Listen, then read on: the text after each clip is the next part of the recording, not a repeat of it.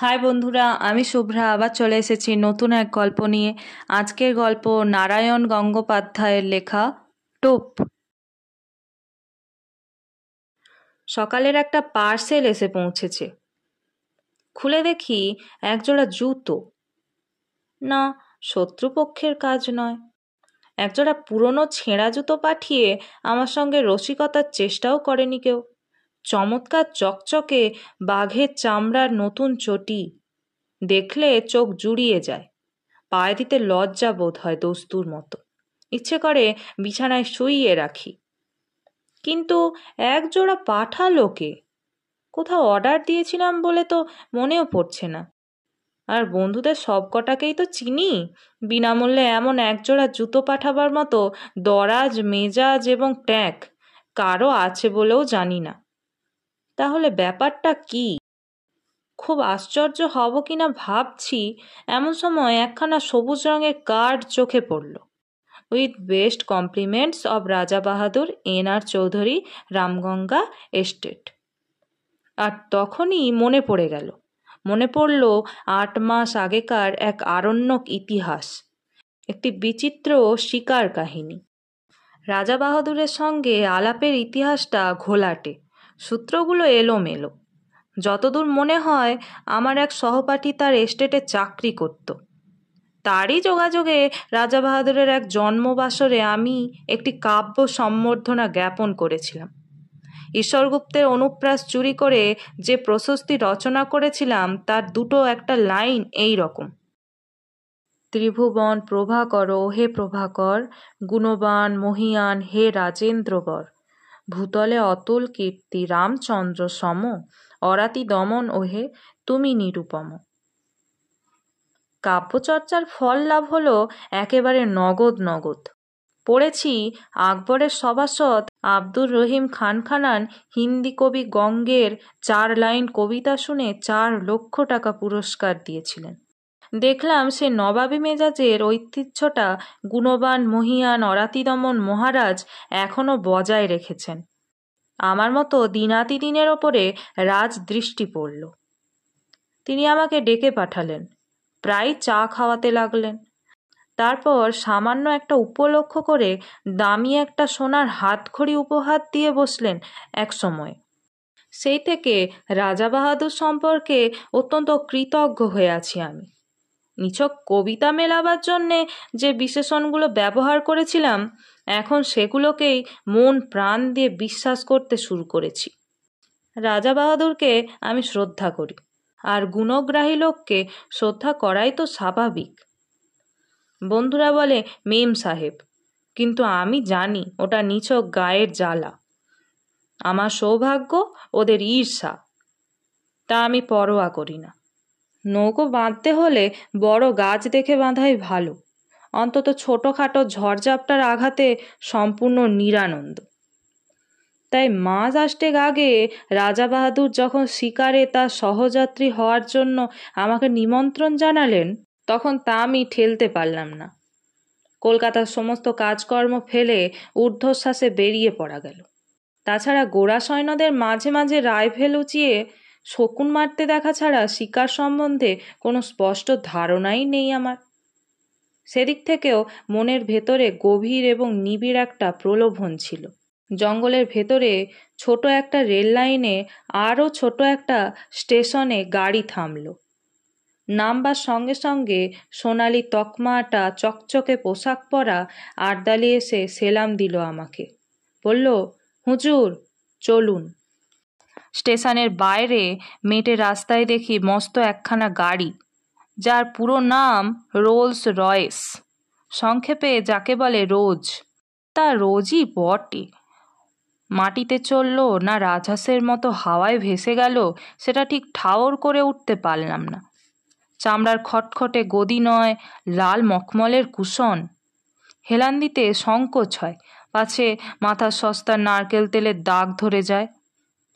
আর বসবার সঙ্গে সঙ্গে মনে হয় সমস্ত পৃথিবীটা চাকার নিচে মাটির ঢেলার মতো গুড়িয়ে যাক, আমি এখানে সুখে এবং নিশ্চিন্তে ঘুমিয়ে পড়তে পারি। হাঁসের মতো ভেসে চলল রোজ। মেটে রাস্তায় চলেছে, অথচ একটুখানি ঝাঁকুনি নেই। ইচ্ছে হলো একবার ঘাড় বার করে দেখি গাড়িটা ঠিক মাটি দিয়েই চলেছে না দুহাত ওপর দিয়ে উড়ে চলেছে ওর চাকাগুলো। পথের দুপাশে তখন নতুন একটা জগতের ছবি।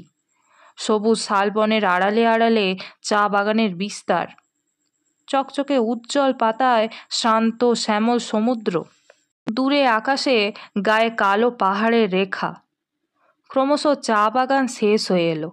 পথের দুপাশে ঘন হয়ে দেখা দিতে লাগলো অবিচ্ছিন্ন শালবন।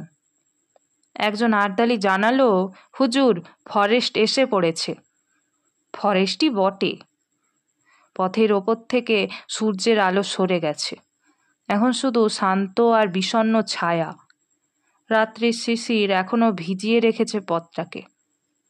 রোজের নিঃশব্দ চাকার নিচে মড়মড় করে সাড়া তুলেছে শুকনো শালের পাতা। বাতাসের গুঁড়ো গুঁড়ো বৃষ্টির মতো শালের ফুল ঝরে পড়ছে পথের পাশে, উড়ে আসছে গায়ে। কোথা থেকে চকিতের জন্যে ময়ূরের তীক্ষ্ণ চিৎকার ভেসে এলো। দুপাশে নিবিড় শালের বন, কোথাও কোথাও ভেতর দিয়ে খানিকটা খানিকটা দৃষ্টি চলে, কখনো কখনো বুনো ঝোপে আচ্ছন্ন। মাঝে মাঝে এক একটা টুকরো কাঠের গায়ে লেখা 1935, 1940। মানুষ বনকে শুধু উচ্ছন্ন করতে চায় না, তাকে বেড়াতেও চায়। এইসব বিভিন্ন সময়ে নতুন করে শালের চারা রোপণ করা হয়েছে, এ তারই নির্দেশ। বনের রূপ দেখতে দেখতে চলেছি, মাঝে মাঝে ভয়ও যে না করছিল এমন নয়। এই ঘন জঙ্গলের মধ্যে হঠাৎ যদি গাড়ির ইঞ্জিন খারাপ হয়ে যায় আর তাক বুঝে যদি লাফ মারে একটা বুনো জানোয়ার, তাহলে তাহলে পকেটের ফাউন্টেন পেনটা ছাড়া আত্মরক্ষার আর কোনো অস্ত্রই সঙ্গে নেই। শেষটায় আর থাকতে না পেরে জিজ্ঞাসা করে বললাম, হাঁ রে, এখানে বাঘ আছে? ওরা অনুকম্পার হাসি হাসল। হ্যাঁ হুজুর। ভালুক? রাজরাজরা সহবত, কাজেই যতটুকু জিজ্ঞাসা করব ঠিক ততটুকুই উত্তর। ওরা বলল, হ্যাঁ হুজুর। অজগর সাপ? জি মালিক। প্রশ্ন করবার উৎসাহ ওই পর্যন্ত এসে থেমে গেল আমার। যেরকম দ্রুত উত্তর দিয়ে যাচ্ছে তাতে কোনো প্রশ্নই যে না বলে আমাকে আশ্বস্ত করবে এমন তো মনে হচ্ছে না। যতদূর মনে হচ্ছিল গরিলা, হিপোপটেমাস, ভ্যাম্পায়ার কোনো কিছুই বাকি নেই এখানে। জুলু কিংবা ফিলিপিনারাও এখানে বিষাক্ত বুমেরাং বাগিয়ে আছে কিনা, মানুষ পেলে তারা বেগুন পোড়া করে খেতে ভালোবাসে কিনা, এ জাতীয় একটা কুটিল জিজ্ঞাসাও আমার মনে জেগে উঠেছে ততক্ষণে। কিন্তু নিজেকে সামলে নিলাম। খানিকটা আসতেই গাড়িটা খস করে ব্রেক কষল একটা। আমি প্রায় আর্তনাদ করে উঠলাম, কিরে, বাঘ নাকি? আর্দালিরা মুচকি হাসল। না হুজুর, এসে পড়েছি। ভালো করে তাকিয়ে দেখি, সত্যিই তো এসে পড়েছি, সন্দেহ নেই। পথের বাঁ দিকে ঘন শালবনের ভেতর একটুখানি ফাঁকা জমি, সেখানে কাঠের তৈরি বাংলো প্যাটার্নের একখানি দোতলা বাড়ি। এই নিবিড় জঙ্গলের ভেতরে যেমন আকস্মিক তেমনি অপ্রত্যাশিত। গাড়ির শব্দে বাড়িটার ভেতর থেকে 2-3 জন চাপরাশি বেরিয়ে এলো ব্যতিব্যস্ত হয়ে। তখন লক্ষ্য করিনি, এবার দেখলাম বাড়ির সামনে চওড়া একটা খড়কাই কাটা। লোকগুলো ধরাধরি করে মস্ত বড় এক ফালি কাঠ খাদটার ওপরে সাঁকোর মতো বিছিয়ে দিল। তারই ওপর দিয়ে গাড়ি গিয়ে দাঁড়ালো রাজা বাহাদুর এনআর চৌধুরীর হান্টিং বাংলোর সামনে। আরে আরে, কি সৌভাগ্য! রাজা বাহাদুর স্বয়ং এসে বারান্দায় দাঁড়িয়েছেন আমার অপেক্ষায়। একগাল হেসে বললেন, আসুন আসুন, আপনার জন্য আমি এখনো চা পর্যন্ত খাইনি। শ্রদ্ধায় আর বিনয়ে আমার মাথা নিচু হয়ে গেল। মুখে কথা জোগালো না, শুধু বেকুরের মতো কৃতার্থতার হাসি হাসলাম একগাল। রাজা বাহাদুর বললেন, এত কষ্ট করে আপনি যে আসবেন সে ভাবতেই পারিনি। বড় আনন্দ হলো, ভারী আনন্দ হলো। চলুন চলুন, ওপরে চলুন। এত গুণ না থাকলে কি আর রাজা হয়? একেই বলে রাজোচিত বিনয়। রাজা বাহাদুর বললেন, আগে স্নান করে রিফ্রেশড হয়ে আসুন। Tea is getting ready. Boy, साहेबকে গোসলখানে মেলে যাও। 40 বছরের দাড়িওয়ালা বয় নিঃসন্দেহে বাঙালি, তবু হিন্দি করে হুকুমটা দিলেন রাজা বাহাদুর, কারণ ওটাই রাজকীয় দস্তুর। বয় আমাকে গোসলখানায় নিয়ে গেল। আশ্চর্য, এই জঙ্গলে ভেতরেও এত নিখুঁত আয়োজন। এমন একটা বাথরুম জীবনে আমি স্নান করিনি। ব্রাকেটে 3-4খানা সদ্য পাট ভাঙা নতুন তোয়ালে, 3টে দামি শোপকেসে 3 রকমের নতুন সাবান, র্যাকে দামি দামি তেল, লাইম জুস, অতিকায় বাথট্যাব, ওপরে ঝাঁঝরি, নিচে টিউবওয়েল থেকে পাম্প করে এখানে ধারা স্নানের ব্যবস্থা। একেবারে রাজকীয় কারবার। কে বলবে এটা কলকাতার গ্র্যান্ড হোটেল নয়? স্নান হয়ে গেল। ব্রাকেটে ধোপদুরস্ত ফরাসডাঙ্গার ধুতি, সিল্কের লুঙ্গি, আদ্যির পাজামা। দামের দিক থেকে পাজামাটাই সস্তা মনে হলো, তাই পরে নিলাম। বয় বাইরেই দাঁড়িয়েছিল, নিয়ে গেল ড্রেসিং রুমে। ঘরজোড়া আয়না, পৃথিবীর যা কিছু প্রসাধনের জিনিস, কিছু আর বাকি নেই এখানে। ড্রেসিং রুম থেকে বেরোতে সোজা ডাক পড়ল রাজা বাহাদুরের লাউঞ্জে। রাজা বাহাদুর একখানা চেয়ারে চিত হয়ে শুয়ে ম্যানিলা চুরুট খাচ্ছিলেন। বললেন, আসুন, চা তৈরি। চায়ের বর্ণনা না করাই ভালো। চা, কফি, কোকো, ওভ্যালটিন, রুটি, মাখন, পনির চর্বিতে জমাট ঠান্ডা মাংস, কলা থেকে আরম্ভ করে পিচ পর্যন্ত প্রায় 10 রকমের ফল। গন্ধমাদন থেকে যা পারি গোগ্রাসে গিলে চললাম আমি। রাজা বাহাদুর কখনো 1 টুকরো রুটি খেলেন, কখনো একটা ফল, অর্থাৎ কিছুই খেলেন না, শুধু পরপর কাপ 3 চা ছাড়া। তারপর আরেকটু চুরুট ধরিয়ে বললেন, একবার জানালা দিয়ে চেয়ে দেখুন। দেখলাম। প্রকৃতির এমন অপূর্ব রূপ জীবনে আর দেখিনি। ঠিক জানালার নিচেই মাটিটা খাড়া 300-400 ফুট নেমে গেছে। বাড়িটা যেন ঝুলে আছে সেই রাক্ষসে শূন্যতার উপরে। তলায় দেখা যাচ্ছে ঘন জঙ্গল, তার মাঝ দিয়ে পাহাড়ি নদীর একটা সংকীর্ণ নীলোজ্জ্বল রেখা। যত দূর দেখা যায় বিস্তীর্ণ অরণ্য চলেছে প্রসারিত হয়ে, তার সীমান্তে নীল পাহাড়ের প্রহরা। আমার মুখ দিয়ে শুধু বেরোলো, চমৎকার। রাজা বাহাদুর বললেন, রাইট, আপনারা কবি মানুষ, আপনাদের তো ভালো লাগবেই। আমারই মাঝে মাঝে কবিতা লিখতে ইচ্ছে করে মশাই, কিন্তু নিচের ওই যে জঙ্গলটি দেখতে পাচ্ছেন, ওটি বড় সুবিধের জায়গা নয়। টিয়ারের one of the fiercest forest, একেবারে প্রাগ ঐতিহাসিক হিংস্রতার রাজত্ব। আমি সভয়ে জঙ্গলটার দিকে তাকালাম। ওয়ান অফ দি ফিয়ারসেস্ট, কিন্তু ভয় পাওয়ার মতো কিছু তো দেখতে পাচ্ছি না। 400 ফুট নিচে ওই অতিকায় জঙ্গলটাকে একটা নিরবচ্ছিন্ন বেঁটে গাছের ঝোপ বলে মনে হচ্ছে। নদীর রেখাটাকে দেখাচ্ছে উজ্জ্বল একখানা পাতের মতো। আশ্চর্য সবুজ, আশ্চর্য সুন্দর। অফুরন্ত রোদে ঝলমল করছে, অফুরন্ত প্রকৃতি। পাহাড়টা যেন গাঢ় নীল রং দিয়ে আঁকা। মনে হয় উপর থেকে ঝাঁপ দিয়ে পড়লে ওই স্তব্ধ গম্ভীর অরণ্য যেন আদর করে বুকে টেনে নেবে, রাশি রাশি পাতার একটা নরম বিছানার ওপরে। অথচ আমি বললাম, ওখানেই শিকার করবেন নাকি? খেপেছেন? নামবো কি করে? দেখছেন তো পেছনে 400 ফুট খাড়া পাহাড়। আজ পর্যন্ত ওখানে কোনো শিকারের বন্দুক গিয়ে পৌঁছয়নি। তবে হ্যাঁ, ঠিক শিকার করি না বটে, তবে আমি মাঝে মাঝে মাছ ধরি ওখান থেকে। মাছ ধরেন? আমি হাঁ করলাম। মাছ ধরেন কি রকম? ওই নদী থেকে নাকি?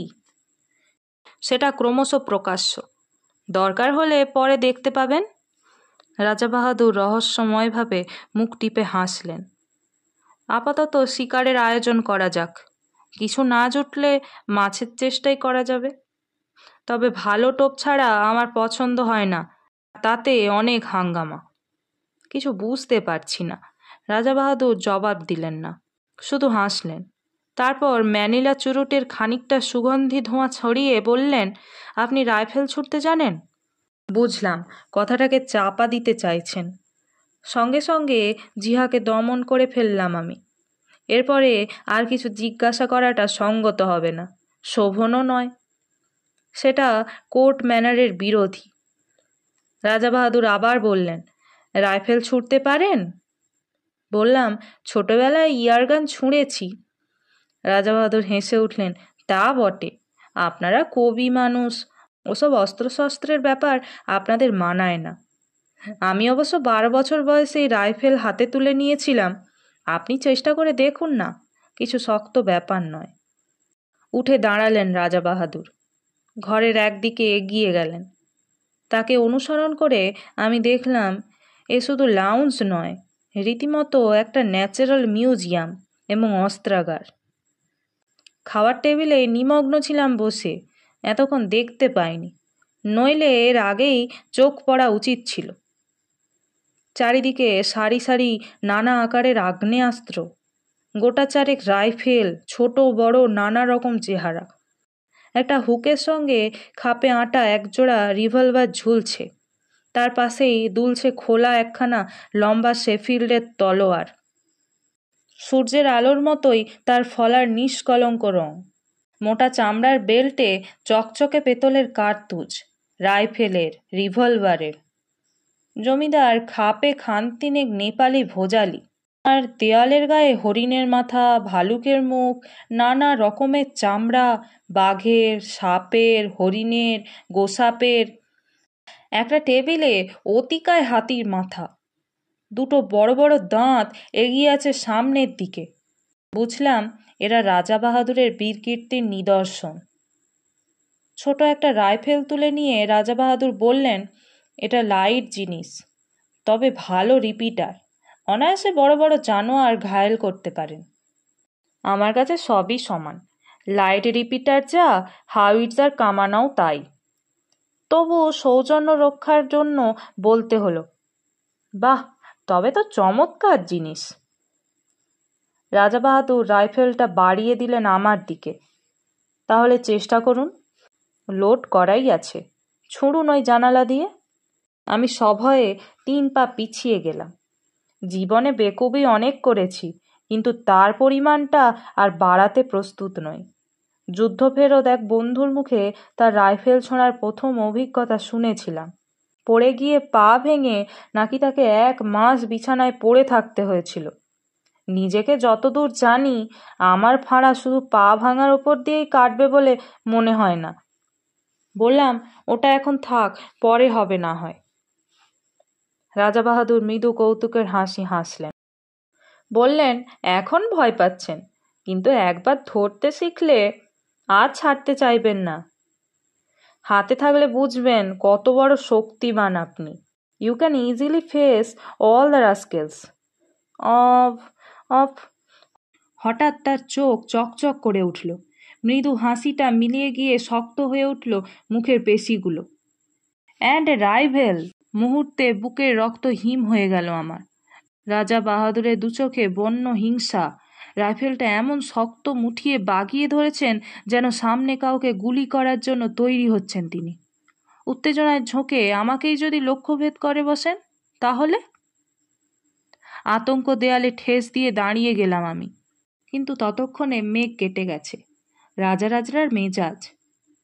রাজা বাহাদুর হাসলেন। ওয়েল, পরে আপনাকে তালিম দেয়া হবে, সবই তো রয়েছে, যেটা খুশি আপনি ট্রাই করতে পারেন। চলুন এখন বারান্দায় গিয়ে বসা যাক। Let's have some energy. প্রাতরাশেই প্রায় বিন্ধ্য পর্বত উদরসাৎ করা হয়েছে, আর কি হলে এনার্জি সঞ্চিত হবে বোঝা শক্ত। কিন্তু কথাটা বলেই রাজাবাহাদুর বাইরের বারান্দার দিকে পা বাড়িয়েছেন, সুতরাং আমাকেও কিছু নিতে হলো। বাইরের বারান্দার বেতের চেয়ার, বেতের টেবিল, এখানে ঢোকবার পর এত বিচিত্র রকমের আসনে বসেছি যে আমি প্রায় নার্ভাস হয়ে উঠেছি। তবু যেন বেতের চেয়ারে বসতে পেরে খানিকটা সহজ অন্তরঙ্গতা অনুভব করা গেল। এটা অত্যন্ত চেনা জিনিস, আর বসবার সঙ্গে সঙ্গেই বোঝা গেল এনার্জি কথাটার আসল তাৎপর্য কী। বেয়ারা তৈরিই ছিল। ট্রেতে করে একটি ফেনিল গ্লাস সামনে এনে রাখল। অ্যালকোহলের উগ্র গন্ধ ছড়িয়ে গেল বাতাসে। রাজা বাহাদুর স্মিত হাস্যে বললেন, চলবে? সবিনয়ে জানালাম, না। তবে বিয়ার আনাবো? একেবারে মেয়েদের ড্রিঙ্ক? নেশা হবে না? না, থাক, অভ্যেস নেই কোনো দিন। গুড কন্ডাক্টের প্রাইজ পাওয়া ছেলে। রাজা বাহাদুরের সুরে অনুকম্পার আভাস। আমি কিন্তু 14 বছর বয়সেই প্রথম ড্রিঙ্ক করি। রাজরাজরার ব্যাপার, সবই অলৌকিক। জন্মাবার সঙ্গে সঙ্গেই কেওটের বাচ্চা, সুতরাং মন্তব্য অনাবশ্যক। ট্রে বারবার যাতায়াত করতে লাগলো। রাজা বাহাদুরের প্রখর ও উজ্জ্বল চোখ দুটো ঘোলাটে হয়ে এলো ক্রমশ। ফর্সা গোলাপি রং ধরল। হঠাৎ অসুস্থ দৃষ্টিতে তিনি আমার দিকে তাকালেন।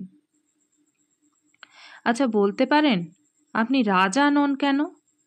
এরকম একটা প্রশ্ন করলে বোকার মতো দাঁত বের করে থাকা ছাড়া আর গত্যন্তর নেই। আমিও তাই করলাম। বলতে পারলেন না? না। আপনি মানুষ মারতে পারেন? এ আবার কি রকম কথা? আমার আতঙ্ক জাগলো। না। তাহলে বলতে পারবেন না? You are absolutely hopeless. উঠে দাঁড়িয়ে ঘরের দিকে পা বাড়ালেন রাজা বাহাদুর। বলে গেলেন, আই পিটি ইউ। বুঝলাম নেশাটা বেশ চড়েছে। আমি আর কথা বাড়ালাম না, চুপ করে বসে রইলাম সেইখানেই। খানিক পরেই ঘরের ভেতরে নাক ডাকার শব্দ। তাকিয়ে দেখি তার লাউঞ্জের সেই চেয়ারটায় হাঁ করে ঘুমুচ্ছেন রাজা বাহাদুর। মুখের কাছে কতগুলো মাছি উঠছে ভন ভন করে। সেই দিন রাত্রেই শিকারের প্রথম অভিজ্ঞতা। জঙ্গলের ভিতরে বসে আছি মোটরে। দুটো তীর হেডলাইটের আলো পড়েছে সামনের সংকীর্ণ পথে আর দুধারের শালবনে। ওই আলোক রেখার বাইরে অবশিষ্ট জঙ্গলটায় যেন প্রেতপুরী জমাট অন্ধকার। রাত্রির তমসায় আদিম হিংসা সজাগ হয়ে উঠেছে চারিদিকে। অনুভব করছি সমস্ত স্নায়ু দিয়ে। এখানে হাতির পাল ঘুরছে দূরের কোনো পাহাড়ের পাথর গুঁড়িয়ে গুঁড়িয়ে। ছোপের ভেতরে অজগর প্রতীক্ষা করে আছে অসতর্ক শিকারের আশায়। আসন্ন বিপদের সম্ভাবনায় উৎকর্ষ হয়ে আছে হরিণের পাল। আর কোনো একটা খাদের ভেতরে জল জল করছে ক্ষুধার্ত বাঘের চোখ। কালো রাত্রিতে জেগে আছে কালো অরণ্যের প্রাথমিক জীবন। রোমাঞ্চিত ভীত প্রতীক্ষায় চুপ করে বসে আছি মোটরের মধ্যে। কিন্তু হিংসার রাজত্ব শালবন ডুবে আছে একটা আশ্চর্য স্তব্ধতায়। শুধু কানের কাছে অবিশ্রান্ত মশাল গুঞ্জন ছাড়া আর কোনো শব্দ নেই। মাঝে মাঝে অল্প বাতাস দিচ্ছে, শালের পাতায় উঠেছে এক একটা মৃদু মর্মর।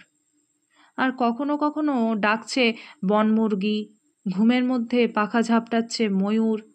মনে হচ্ছে এই গভীর ভয়ঙ্কর অরণ্যের ভয়ঙ্কর প্রাণীগুলো যেন নিঃশ্বাস বন্ধ করে একটা নিশ্চিন্ত কোনো মুহূর্তে প্রতীক্ষা করে আছে। আমরাও প্রতীক্ষা করে আছি। মোটরের মধ্যে নিঃসাড় হয়ে বসে আছি আমরা। একটি কথা বলবার উপায় নেই।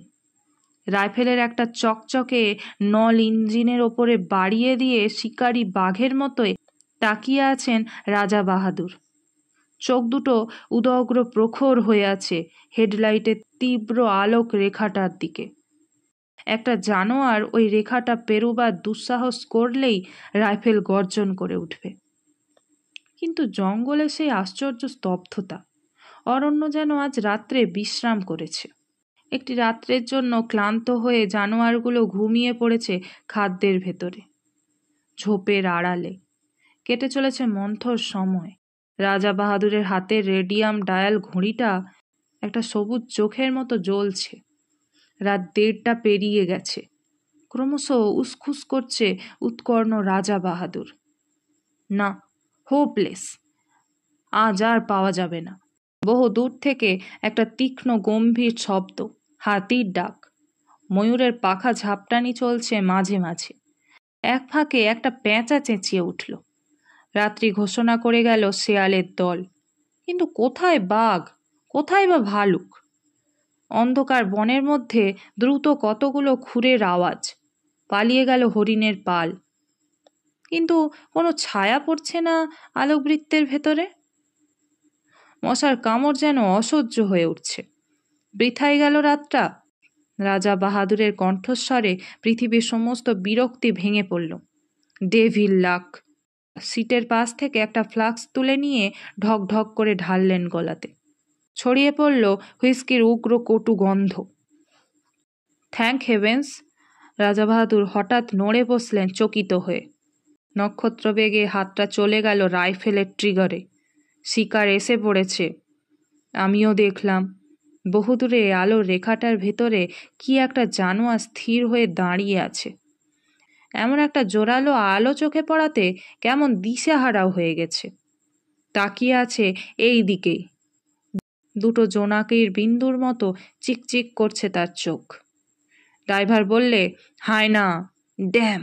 রাইফেল থেকে হাত সরিয়ে নিলেন রাজা বাহাদুর, কিন্তু পর মুহূর্তেই চাপা উত্তেজিত গলায় বললেন, থাক, আজ ছুঁচোই মারব। দুম করে রাইফেল গর্জন করে উঠল। কানে তালা ধরে গেল আমার। বারুদের গন্ধে বিস্বাদ হয়ে উঠল নাসারন্ধ। অব্যর্থ লক্ষ্য রাজা বাহাদুরের। পড়েছে জানোয়ারটা। ড্রাইভার বললে, তুলে আনবো হুজুর? বিকৃত মুখে রাজা বাহাদুর বললেন, কি হবে? গাড়ি ঘোরাও। রেডিমেড ডায়ালের সবুজ আলোয় রাত 3টে। গাড়ি ফিরে চলল হান্টিং বাংলোর দিকে। একটা ম্যানিলা চুরুট ধরিয়ে রাজা বাহাদুর আবার বললেন, ড্যাম! কিন্তু কি আশ্চর্য, জঙ্গল যেন রসিকতা শুরু করেছে আমাদের সঙ্গে। দিনের বেলা অনেক চেষ্টা করেও দুটো একটা বনমুরগি ছাড়া আর কিছু পাওয়া গেল না। এমনকি একটা হরিণ পর্যন্ত নয়। নাইট শুটিংয়েও সেই অবস্থা। পরপর 3 রাত্রি জঙ্গলের নানা জায়গায় গাড়ি থামিয়ে চেষ্টা করা হলো, কিন্তু নগদ লাভ যা ঘটল তা আনুমানসিক মশার কামড়।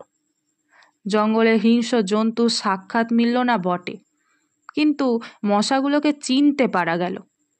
এমন সাংঘাতিক মশা যে পৃথিবীর কোথাও থাকতে পারে এতদিনের ধারণা ছিল না আমার। তবে মশার কামড়ের ক্ষতিপূরণ চলতে লাগলো গন্ধমাদন উজাড় করে। সত্যি বলতে কি, শিকার করতে না পারলেও মনের দিক থেকে বিন্দুমাত্র ক্ষোভ ছিল না আমার। জঙ্গলের ভেতর এমন রাজসূয় যজ্ঞের আয়োজন কল্পনারও বাইরে। জীবনে এমন দামি খাবার কোনোদিন মুখে তুলিনি। এমন চমৎকার বাথরুমে স্নান করিনি কখনো। এত পুরুজাজিমের বিছানায় শুয়ে অস্বস্তিতে প্রথম দিন তো ঘুমোতেই পারিনি আমি। নিবিড় জঙ্গলের নেপথ্যে গ্র্যান্ড হোটেলের স্বাচ্ছন্দ্যে দিন কাটাচ্ছি। শিকার না হলেও কণামাত্রও ক্ষতি নেই আমার। প্রত্যেক দিনই লাউঞ্জে চা খেতে খেতে 400 ফুট নিচেকার ঘন জঙ্গলটার দিকে চোখ পড়ে। সকালের আলোয় উদ্ভাসিত শ্যামলতা দিগন্ত পর্যন্ত বিস্তীর্ণ হয়ে আছে অপরূপ প্রসন্নতায়। One of the fiercest forest. বিশ্বাস হয় না। তাকিয়ে তাকে দেখি বাতাসে আকার অবয়বহীন পত্রাবরণ সবুজ সমুদ্রের মতো দুলছে। চক্র দিচ্ছে পাখির দল। এখান থেকে মৌমাছির মতো দেখায় পাখিগুলোকে। জানালার ঠিক নিচেই ইস্পাতের ফলার মতো পাহাড়ি নদীটির নীলিমাজ্জ্বল রেখা। দুটো একটা নুড়ি ঝকঝক করে মণিখণ্ডের মতো। বেশ লাগে। তারপরেই চমক ভাঙে আমার। তাকিয়ে দেখি ঠোঁটের কোণে ম্যানিলা চুরুট পুড়ছে। অস্থির চঞ্চল পায়ে রাজা বাহাদুর ঘরের ভিতরে পায়চারি করছেন। চোখে মুখে একটা চাপা আক্রোশ। ঠোঁট দুটোয় নিষ্ঠুর কঠিনতা। কখনো একটা রাইফেল তুলে নিয়ে বিরক্তি ভরে নামিয়ে রাখেন, কখনো ভোজালি তুলে নিয়ে নিজের স্থির দৃষ্টিতে তাকিয়ে থাকেন নিচের জঙ্গলটার দিকে, কখনো ভোজালি তুলে নিয়ে নিজের হাতের উপরে ফলাটা রেখে পরীক্ষা করেন সেটার ধার, আবার কখনো বা জানালার সামনে খানিকক্ষণ স্থির দৃষ্টিতে তাকিয়ে থাকেন নিচের জঙ্গলটার দিকে। আজ 3 দিন থেকে উল্লেখযোগ্য একটা কিছু স্বীকার করতে পারেননি। ক্ষোভে তার দাঁতগুলো কড়মড় করতে থাকে। তারপরেই বেরিয়ে যান এনার্জি সংগ্রহের চেষ্টায়। বাইরের বারান্দায় গিয়ে হাঁক দেন, ফ্যাগ! কিন্তু পরের পয়সায় রাজভোগ খেয়ে এবং রাজোচিত বিলাস করে বেশি দিন কাটানো আর সম্ভব নয় আমার পক্ষে। রাজা বাহাদুরের অনুগ্রহ একটা দামি জিনিস বটে, কিন্তু কলকাতায় আমার ঘর সংসার আছে। তার একটা দায়িত্ব আছে, সুতরাং চতুর্থ দিন সকালে কথাটা আমাকে পাড়তে হলো। বললাম, এবারে আমাকে বিদায় দিন রাজাবাহাদুর। রাজাবাহাদুর সবে চতুর্থ প্যাকে চুমুক দিয়েছেন তখন। তেমনি অসুস্থ আর রক্তাভ চোখে আমার দিকে তাকালেন। বললেন, আপনি যেতে চান? হ্যাঁ, কাজকর্ম রয়েছে, কিন্তু আমার শিকার আপনাকে দেখাতে পারলাম না। সে না হয় আরেকবার হবে। চাপা ঠোঁটের ভেতরেই একটা গম্ভীর আওয়াজ করলেন রাজাবাহাদুর। আপনি ভাবছেন আমার ওই রাইফেলগুলো, দেয়ালে ওই সব শিকারের নমুনা, ওগুলো সব ফার্স। আমি সন্ত্রস্ত হয়ে বললাম, না না, তা কেন ভাবতে যাব? শিকার তো খানিকটা অদৃষ্টের ব্যাপার। অদৃষ্টকেও বদলানো চলে। রাজাবাহাদুর উঠে পড়লেন। আমার সঙ্গে আসুন। দুজনে বেরিয়ে এলাম। রাজাবাহাদুর আমাকে নিয়ে এলেন হান্টিং বাংলোর পেছনের দিকটাতে। ঠিক সেখানে, যার 400 ফুট নিচে টেরাইয়ের অন্যতম হিংস্র অরণ্য বিস্তীর্ণ হয়ে আছে। এখানে আসতে আরেকটা নতুন জিনিস চোখে পড়ল। দেখি কাঠের একটা রেলিং দেয়া সাঁকোর মতো জিনিস, সেই সীমাহীন শূন্যতার উপরে প্রায় 15-16 হাত প্রসারিত হয়ে আছে। তার পাশে দুটো বড় বড় কাঠের চাকা, তাদের সঙ্গে হুক লাগানো দুজোড়া মোটা কাছি জড়ানো। জিনিসগুলো ঠিক বুঝতে পারলাম না। আসুন। রাজাবাহাদুর সেই ঝুলন্ত সাঁকোটার উপরে গিয়ে দাঁড়ালেন। আমিও গেলাম তার পিছনে পিছনে। একটা আশ্চর্য বন্দোবস্ত। ঠিক সাঁকোটার নিচেই পাহাড়ি নদীটার রেখা, নুড়ি মেশানো সংকীর্ণ বালুতট তার দুপাশে। তাছাড়া জঙ্গল আর জঙ্গল। নিচে তাকাতে আমার মাথা আর ঘুরে উঠল। রাজাবাহাদুর বললেন, জানেন এসব কি? না। আমার মাছ ধরবার বন্দোবস্ত। এর কাজ খুব গোপনে, নানা হাঙ্গামা আছে, কিন্তু অব্যর্থ। ঠিক বুঝতে পারছি না। আজ রাত্রেই বুঝতে পারবেন। শিকার দেখতে আপনাকে ডেকে এনেছি। নতুন একটা শিকার দেখাবো, কিন্তু কোনোদিন এর কথা কারো কাছে প্রকাশ করতে পারবেন না। কিছু না বুঝে মাথা নাড়লাম। না। তাহলে আজ রাতটা অবধি থাকুন, কাল সকালেই আপনার গাড়ির ব্যবস্থা করব। রাজাবাহাদুর আবার হান্টিং বাংলোর সম্মুখের দিকে এগোলেন। কাল সকালের পরে এমনিতেই আপনার আর এখানে থাকা চলবে না। একটা কাঠের সাঁকো, দুটো কপি কলের মতো জিনিস, মাছ ধরবার ব্যবস্থা, কাউকে বলা যাবে না, এবং কাল সকালেই চলে যেতে হবে। সবটা মিলিয়ে যেন রহস্যের খাসমহল একেবারে। আমার কেমন এলোমেলো লাগতে লাগলো সমস্ত, কিন্তু ভালো করে জিজ্ঞাসা করতে পারলাম না। রাজাবাহাদুরকে বেশি প্রশ্ন করতে কেমন অস্বস্তি আমার। অনধিকার চর্চা মনে হয়। বাংলোর সামনে 3-4টে ছোট ছোট নোংরা ছেলে মেয়ে খেলা করে বেড়াচ্ছে। হিন্দুস্তানি কিপারটার বেওয়ারিশ সম্পত্তি। কিপারটাকে সকালে রাজাবাহাদুর শহরে পাঠিয়েছেন। কিছু দরকারি জিনিসপত্র কিনে সে ফিরবে। ভারী বিশ্বাসী আর অনুগত লোক। মাতৃহীন ছেলে মেয়েগুলো সারাদিন হুটোপুটি করে ডাকবাংলোর সামনে। রাজাবাহাদুর বেশ অনুগ্রহের চোখেই দেখেন ওদের। দোতলার জানালা থেকে পরোটা, রুটি কিংবা বিস্কুট ছুঁড়ে দেন। নিচে ওরা সেগুলো নিয়ে কুকুরের মতো লোফালোফি করে। রাজাবাহাদুর তাকিয়ে তাকিয়ে দেখেন সকৌতুকে। আজও ছেলে মেয়েগুলো হুল্লোড় করে তার চারিপাশে এসে ঘিরে দাঁড়ালো। বলল, হুজুর সেলাম। রাজাবাহাদুর পকেটে হাত দিয়ে কতগুলো পয়সা ছড়িয়ে দিলেন ওদের ভেতরে। হরির লুটের মতো কাড়াকাড়ি পড়ে গেল।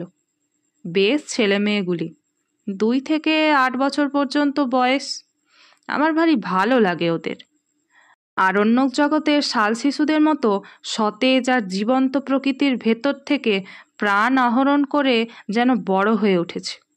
সন্ধ্যায় ডিনার টেবিলে বসে আমি বললাম, আজ রাত্রে মাছ ধরবার কথা আছে আপনার। চোখের কণা দিয়ে আমার দিকে তাকালেন রাজাবাহাদুর। লক্ষ্য করেছি আর সমস্ত দিন বড় বেশি মদ খাচ্ছেন আর ক্রমাগত চুরুট টেনে চলেছেন। ভালো করে আমার সঙ্গে কথা পর্যন্ত বলেননি। ভেতরে ভেতরে কিছু একটা চলেছে তার। রাজাবাহাদুর সংক্ষেপে বললেন, আমি সসংকোচে জিজ্ঞাসা করলাম, কখন হবে? এক মুখ ম্যানিলা চুরুটের ধোঁয়া ছাড়িয়ে তিনি জবাব দিলেন, সময় হলে ডেকে পাঠাবো। এখন আপনি গিয়ে শুয়ে পড়ুন, স্বচ্ছন্দে কয়েক ঘন্টা ঘুমিয়ে নিতে পারেন। শেষ কথাটা পরিষ্কার আদেশের মতো শোনালো। বুঝলাম আমি বেশিক্ষণ আজ তার সঙ্গে কথা বলি এ তিনি চান না। তাড়াতাড়ি শুয়ে পড়তে বলাটা অতিথিপরায়ণ গৃহস্থের অনুনয় নয়, রাজার নির্দেশ, এবং সে নির্দেশ পালন করতে বিলম্ব না করাই ভালো। কিন্তু অতি নরম জাজিমের বিছানায় শুয়েও ঘুম আসছে না। মাথার ভিতর আবর্তিত হচ্ছে অসংলগ্ন চিন্তা। মাছ ধরা, কাঠের সাঁকো, কপি কল, অত্যন্ত গোপনীয়, অতল রহস্য। তারপর এপাশ ওপাশ করতে করতে কখন যে চৈতন্য আচ্ছন্ন হয়ে গেল তা আমি নিজেও টের পাইনি। মুখের ওপরে ঝাঁঝালো একটা টর্চের আলো পড়তে আমি ধর্মর করে উঠে পড়লাম। রাত তখন কটা ঠিক জানি না। আরণ্যক পরিবেশ, নির্জনতায় অভিভূত। বাইরে শুধু তীব্র কণ্ঠ, ঝিঁঝির ডাক। আমার গায়ে বরফের মতো ঠান্ডা একটা হাত পড়েছে কার। সে হাতের স্পর্শে পা থেকে মাথা পর্যন্ত শিউরে গেল আমার। রাজাবাহাদুর বললেন, সময় হয়েছে, চলুন। আমি কি বলতে যাচ্ছিলাম, ঠোঁটে আঙুল দিলেন রাজাবাহাদুর। কোনো কথা নয়, আসুন। এই গভীর রাত্রে এমনই নিঃশব্দ আহ্বান, সবটা মিলিয়ে একটা রোমাঞ্চকর উপন্যাসের পটভূমি তৈরি হয়েছে যেন। কেমন একটা অস্বস্তি, একটা অনিশ্চিত ভয়ে গা ছমছম করতে লাগলো আমার। মন্ত্রমুগ্ধের মতো রাজা বাহাদুরের পেছনে পেছনে বেরিয়ে এলাম। হান্টিং বাংলোটা অন্ধকার, একটা মৃত্যুর শীতলতা ঢেকে রেখেছে তাকে। একটানা ঝিঁঝির ডাক, চারিদিকে অরণ্যে কান্নার শব্দের মতো পত্র মর্মর। গভীর রাত্রিতে জঙ্গলের মধ্যে মোটর থামিয়ে বসে থাকতে আমার ভয় করছিল, আজও ভয় করছে। কিন্তু এ ভয়ের চেহারা আলাদা, এর মধ্যে আরেকটা কি যেন মিশে আছে, ঠিক বুঝতে পারছি না। অথচ পাও সরতে চাইছে না আমার। মুখের ওপরে একটা টর্চের আলো, রাজাবাহাদুরের হাতের স্পর্শটা বরফের মতো ঠান্ডা, ঠোঁটে আঙুল দিয়ে নীরবতার সেই দুর্বোধ্য কুটিল সংকেত। টর্চের আলোয় পথে দেখিয়ে রাজাবাহাদুর আমাকে সেই ঝুলন্ত সাঁকোর কাছে নিয়ে এলেন। দেখি তার উপরে শিকারের আয়োজন, দুখানা চেয়ার পাতা, দুটো তৈরি রাইফেল, দুজন পেয়ারা, একটা কপিকলের চাকা ঘুরিয়ে কি একটা জিনিস নামিয়ে দিচ্ছেন নিচের দিকে। এক মুহূর্তের জন্য রাজাবাহাদুর তার 9 সেলের হান্টিং টর্চটা নিচের দিকে ফ্ল্যাশ করলেন। প্রায় 250 ফুট নিচে সাদা পুটলির মতো কি একটা জিনিস কপিকলের দড়ির সঙ্গে নেমে যাচ্ছে দ্রুত বেগে। আমি বললাম, ওটা কি রাজাবাহাদুর? মাছের টোপ। কিন্তু এখনো কিছু বুঝতে পারছি না। একটু পরে বুঝবেন, এখন চুপ করুন। এবার স্পষ্ট ধমক দিলেন আমাকে। মুখ দিয়ে ভক ভক করে হুইস্কির তীব্র গন্ধ বেরোচ্ছে। রাজাবাহাদুর প্রকৃতিস্থ নেই, আর কিছুই পারছি না আমি। আমার মাথার ভেতর যেন সব গণ্ডগোল হয়ে গেছে। দুর্বোধ্য নাটকের নির্বাক দ্রষ্টার মতো রাজা বাহাদুরের পাশের চেয়ারটাকে আসন নিলাম আমি। ওপরে ঘন কালো বনান্তের ওপরে ভাঙা চাঁদ দেখা দিল। তার খানিকটা ম্লান আলো এসে পড়ল 400 ফুট নিচের নদীর জলে, তার ছড়ানো মণিখণ্ডের মতো নুড়িগুলোর ওপরে। আবছাভাবে যেন দেখতে পাচ্ছি কপিকলের দড়ির সঙ্গে বাঁধা সাদা পুটলিটা অল্প অল্প নড়ছে বালির উপরে। এক হাতে রাজাবাহাদুর রাইফেলটা বাগিয়ে ধরে আছেন, আর এক হাতে মাঝে মাঝে আলো ফেলছেন নিচের পুটলিটায়। চকিত আলোয় যেটুকু মনে হচ্ছে পুটলিটা যেন জীবন্ত, অথচ কি জিনিস কিছু বুঝতে পারছি না। এ কি মাছের টোপ? কিন্তু কি এ মাছ? এ কিসের টোপ? আবার সেই স্তব্ধতার প্রতীক্ষা। মুহূর্ত কাটছে, মিনিট কাটছে, ঘন্টা কাটছে। রাজা বাহাদুরের টর্চের আলো বারে বারে পিছলে পড়ছে নিচের দিকে। দিগন্ত প্রসার হিংস্র অরণ্য ভাঙা ভাঙা জ্যোৎস্নায় দেখাচ্ছে তরঙ্গিত একটা সমুদ্রের মতো। নিচের নদীটা ঝকঝক করছে যেন একখানা খোপ খোলা তলোয়ার। অবাক বিস্ময়ে আমি বসে আছি। মিনিট কাটছে, ঘন্টা কাটছে, টোপ ফেলে মাছ ধরছেন রাজা বাহাদুর। অথচ সব ধোঁয়াটে লাগছে আমার। কান পেতে শুনছি ঝিঝির ডাক, দূরে হাতির গর্জন, শালপাতার মর্মর। এ প্রতীক্ষার তত্ত্ব আমার কাছে দুর্বোধ্য। শুধু হুইস্কি আর ম্যানিলা চুরুটের গন্ধ নাকে এসে লাগছে আমার। মিনিট কাটছে, ঘন্টা কাটছে, রেডিয়াম ডায়াল ঘড়ির কাঁটা চলেছে ঘুরে। ক্রমশ যেন সম্মোহিত হয়ে গেলাম, ক্রমশ যেন ঘুম এলো আমার। তারপরেই হঠাৎ কানের কাছে বিকট শব্দে রাইফেল সাড়া দিয়ে উঠল। 400 ফুট নিচে থেকে ওপরের দিকে উৎক্ষিপ্ত হয়ে উঠল প্রচণ্ড বাঘের গর্জন। চেয়ারটা শুদ্ধ আমি কেঁপে উঠলাম। টর্চের আলোটা সোজা পড়ছে নুড়ি ছড়ানো বালির ডাঙাটার ওপরে। পরিষ্কার দেখতে পেলাম ডোরাকাটা অতিকায় একটা বিশাল জানোয়ার সাদা পুটলিটার ওপরে একখানা থাবা চাপিয়ে দিয়ে পড়ে আছে। সাপের মতো লেজ আছড়াচ্ছে অন্তিম আক্ষেপে। ওপর থেকে ইন্দ্রের বজ্রের মতো অব্যর্থ গুলি গিয়ে লেগেছে তার মাথায়। এত ওপর থেকে এমন দুর্নিবার মৃত্যু নামবে আশঙ্কা করতে পারিনি। রাজা বাহাদুর সোৎসাহে বললেন, ফাতে। এতক্ষণে মাছ ধরবার ব্যাপারটা বুঝতে পেরেছি। সোৎসাহে সোল্লাসে বললাম, মাছ তো ধরলেন, ডাঙায় তুলবেন কেমন করে? ওই কপিকল দিয়ে? এই জন্যেই তো ওগুলোর ব্যবস্থা। ব্যাপারটা যেমন বিচিত্র তেমনি উপভোগ্য। আমি রাজা বাহাদুরকে অভিনন্দিত করতে যাব এমন সময় পরিষ্কার শুনতে পেলাম শিশুর গোয়ানি, ক্ষীণ অথচ নির্ভুল। ও কিসের শব্দ? 400 ফুট নিচে থেকে ওই শব্দটা আসছে। হ্যাঁ, কোনো ভুল নেই, মুখের বাঁধন খুলে গেছে, কিন্তু বড় দেরিতে। আমার বুকের রক্ত হিম হয়ে গেল, আমার চুল খাঁড়া হয়ে উঠল। আমি পাগলের মতো চিৎকার করে উঠলাম, রাজা বাহাদুর, কিসের টোপ আপনার? কি দিয়ে আপনি মাছ ধরলেন? চুপ! একটা কালো রাইফেলের নল আমার দিকে ঠেকালেন রাজা বাহাদুর। তারপরেই আমার চারদিকে পৃথিবীটা পাক খেতে খেতে হাওয়ায় গড়া একটা বুদবুদের মতো শূন্যে মিলিয়ে গেল। রাজা বাহাদুর জাপটে না ধরলে 400 ফুট নিচেই পড়ে যেতাম হয়তো। কিপারের একটা বেওয়ারিশ ছেলে যদি জঙ্গলে হারিয়ে গিয়ে থাকে তা অস্বাভাবিক নয়, তাতে কারো ক্ষতি নেই। কিন্তু প্রকাণ্ড রয়্যাল বেঙ্গলটা মেরেছিলেন রাজা বাহাদুর, লোককে ডেকে দেখানোর মতো। তার 8 মাস পরে এই চমৎকার চটিজোড়া উপহার এসেছে। 8 মাস আগেকার সে রাত্রি এখন স্বপ্ন হয়ে যাওয়াই ভালো। কিন্তু এই চটিজোড়া অতি মনোরম বাস্তব।